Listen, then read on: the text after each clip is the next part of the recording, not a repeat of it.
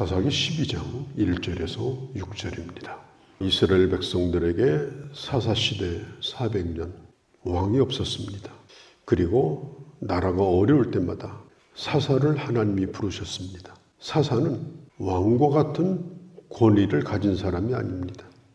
왕이 없고 왕과 같은 권위를 가진 사람도 없고, 그래서 이스라엘은 12지파가 독립된 하나의 공동체를 이뤄서 그 지파별로 생활을 하다가 나라가 어려워지면 각 지파에서 협력해서 나라를 지켜내고 서로 책임을 분담하는 연방제 비슷한 제도를 가지고 있었습니다.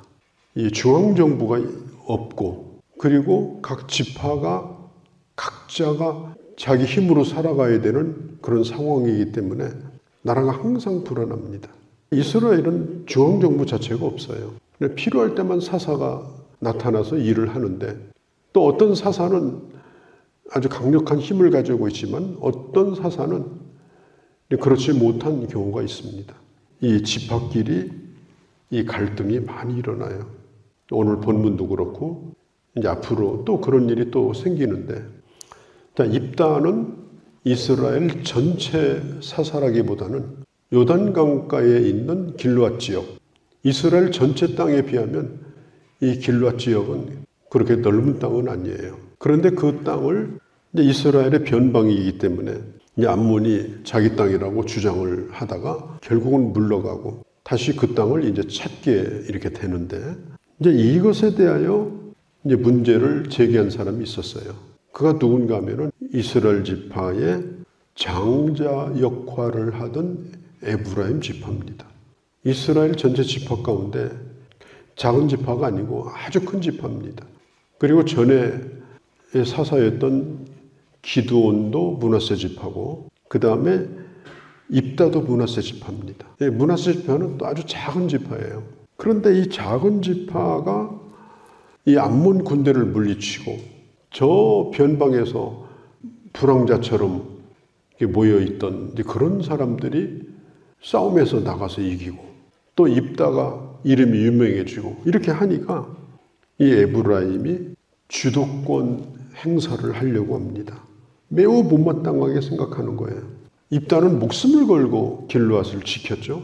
어느 정도인가 하면, 얼마나 절박했는가 하면 자기 딸을 제물로 바치는 그런 끔찍한 일까지, 큰 사고가 난 거예요. 그런 일까지 겪으면서 이 전쟁이 치러졌고 결국은 이겼고, 그리고 입다도 어마어마한 상처를 받고 또 길르앗 사람들도 상처를 받고 다 지쳐있는 상태입니다. 자, 그러면 에브라임이 좀 힘이 있다고 하면 그럴 때는 좀 의문품이라도 좀 가지고 와서 참 고생했다, 참 수고했다, 좀 그러면서 위로해주면 오직이나 좋겠습니까? 그렇지 않았습니다.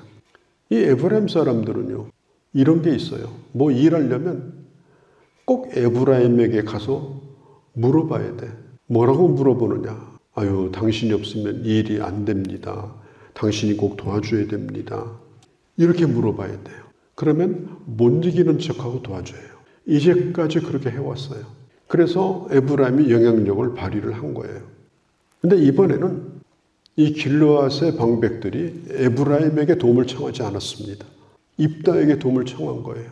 쫓겨난 사람이고 또 군대도 없는 사람인데, 그런데 이 입다가 자기 형편을 생각하지 아니하고 목숨을 걸고 그 땅을 지켜준 것입니다.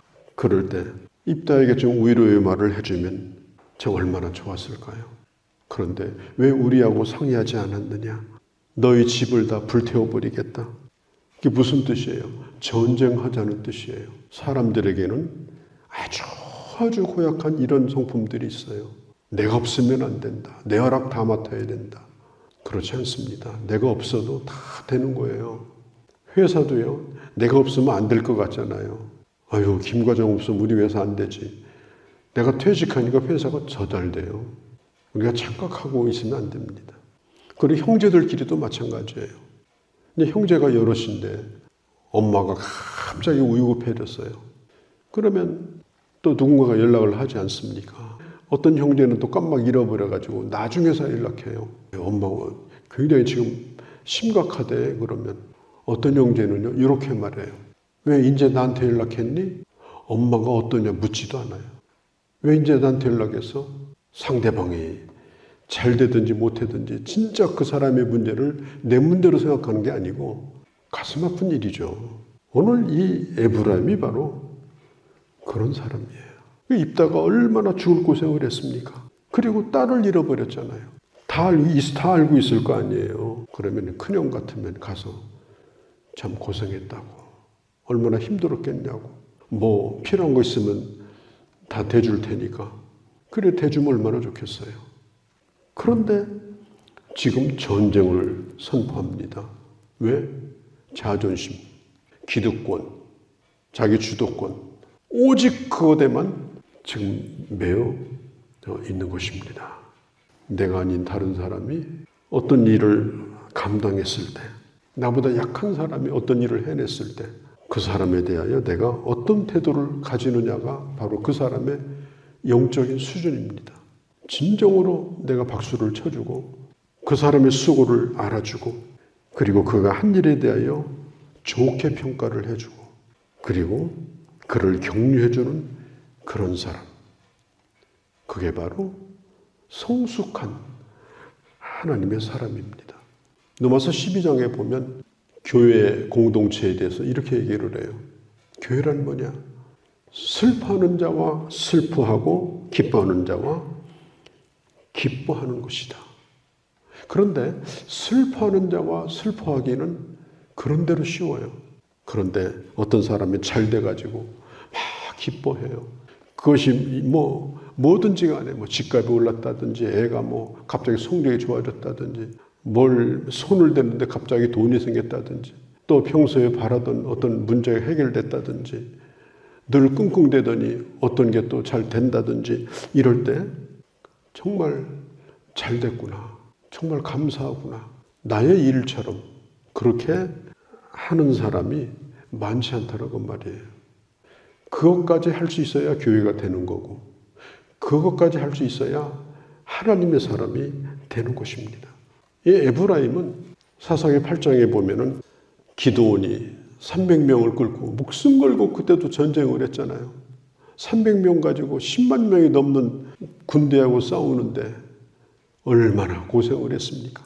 전쟁을 다 이겼습니다. 그런데 에브라임이 그때도 또 시비를 걸었어요. 왜 우리한테 말 안 했어? 말 하나 안 하나 다 소문으로 알잖아요. 스스로 알아서 도우면 될 거 아니에요. 꼭 말을 해야 됩니까? 그러니까 그때 기드온이 겸손하게 에브라임이여 당신의 끈물 포도가 우리가 잘 지은 포도보다 몇 배나 낫습니다. 당신들이 나가서 싸웠다면 쉽게 싸울 전쟁인데 우리는 죽도록 고생해서 겨우 이겼습니다. 그렇게 하고 자존심을 다 죽이고 거기서 그냥 끝을 냈어요. 그런데 이번에 입다는 좀 다릅니다. 입다는 좀 야생성이 있는 사람이에요. 그런 걸 그냥 두질 않아요. 그래 전쟁을 하자고 전쟁을 한번 해보자. 입다가 뭐라고 얘기하는가 하면 1절에 보면 에브라임이 당신이 암몬 사람과 싸울 때에 우리와 같이 가자고 부르지 않았는가. 그러니까 이번에는 기드온처럼 비굴하게 하지 않고 2절에서 4절까지 2절에 보면 내 백성이 함께 암몬과 싸우러 갈 때 너희는 나를 암몬의 손에서 구해내지 않았다. 3절에 누구도 도와주지 않는 것을 목숨 걸고 싸우러 나갔더니 하나님이 우리를 이기게 하셨다. 그런데 지금 와가지고 우리와 싸우려 하는가. 특별히 에브라임 사람들이 이렇게 얘기를 했어요. 너희들은 도망친 자다. 이게 무슨 뜻이냐면 우리에게서 나간 찌꺼기들이다. 찌꺼기들 몇 명이 나가가지고 뭘 한다고 뭐 싸움에 한번 이겼다고 큰 소리 치냐? 이 얘기에 이 입다는 많이 아마 상한 것 같아요. 그래가지고 이제 전쟁이 일어납니다. 그런데요, 에브라임이 대패했어요. 이 길르앗은 강가에 있어요. 강가에 있는데 강을 건너와가지고 길르앗을 치려고 하다가 완전히 대패하고 강을 건너서 도망가려고 하는데 길르앗이 강가를 다 지키고 있습니다. 그리고 한 명씩 다 검문을 하는 거예요. 어디 사람이냐? 그리고 에브라임 사람이 아니라고 하면 쉽보렛, 쉬의 이의 비읍입니다. 발음을 해보라고 그래요.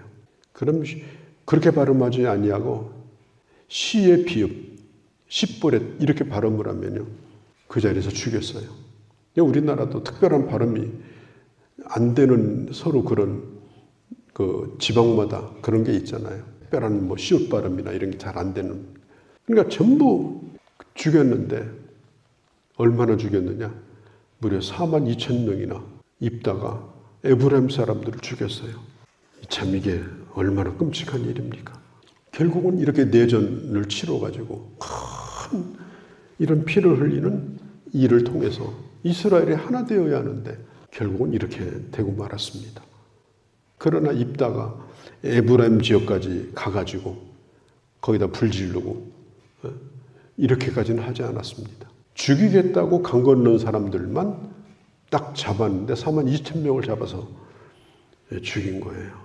성경에 보면 이 입다에 대하여 7절에 입다가 이스라엘의 사사가 된 지 6년이라 길르앗 사람이 입다가 죽음에 길르앗에 있는 그의 성읍에 장사되었더라.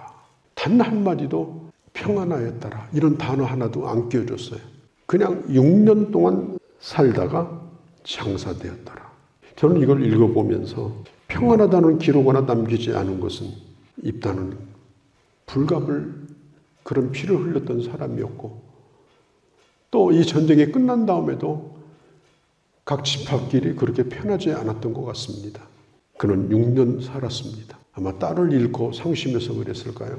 그렇게 살다가 그는 죽게 되어지죠. 그렇게 하고 참 입다의 파란만장한 얘기가 좀 끝나게 됩니다. 그리고 11절에서부터 15절까지는 사사 세 사람이 나와요. 8절에서 10절까지가 입산, 그리고 11절에서 12절까지가 엘론, 그리고 13절에서 15절까지가 압돌이라는 사사입니다.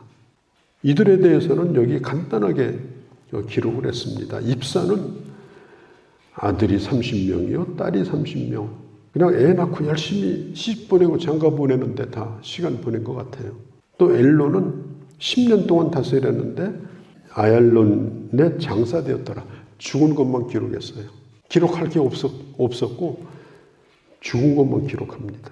또 이 압돌이라는 사사는 아들이 40명이 손자가 30명. 그 아들들에게 나귀를 주어가지고 타고 다니게 한 걸 보면 대단한 부유를 누렸습니다. 그에 대해서도 기록한 게 없어요. 그러니까 세 사람이 다 살았던 사사 기간 동안에 이게 평안한 때잖아요. 평안의 열매를 따먹는 시기인데 그 평안의 시대에 미래를 준비하고 그리고 미래를 꿈꾸게 만들고 이래야 되는데 그냥 부인들 많이 두고 자식들 줄줄 낳고 애들 자가용 하나씩 다 사서 태워주고 그러면서 호화호식하면서 그냥 열매 따먹고 죽은 거예요. 안타까운 일이지만 그렇게 살았습니다. 나라가 평안할 때 우리의 선배들이 만들어놨던 것들을 정말 잘 아끼고 그걸 진짜로 투자할 때 다 투자하고 그렇게 해서 나라의 미래를 준비를 해야 되는 거예요. 특별히 우리는 하나님의 사람들이고 하나님의 교회에 부름을 받은 사람들인데 우리는 힘이 있다면 그 힘을 에브라임처럼 과용하지 말고 겸손하게 진정으로 섬기는 자로 보이지 않는 곳에서 형제에게 위로가 되고 힘이 되고 격려가 되는 사람으로 그래서 하나님의 나라를 살리는 자로 그렇게 살아가는 그런 멋진 주의 사람들이 되어지기를 바랍니다. 거룩하신 우리 아버지, 오늘도 저희들을 사랑하셔서 오늘 이 새벽에 나와 주의 말씀을 들었고 또 우리에게 기도의 제목을 주심을 감사합니다. 오늘도 이 말씀 붙들고 묵상하며 이 하루를 살게 하여 주옵소서. 우리 주 예수님의 이름으로 기도하옵나이다. 아멘.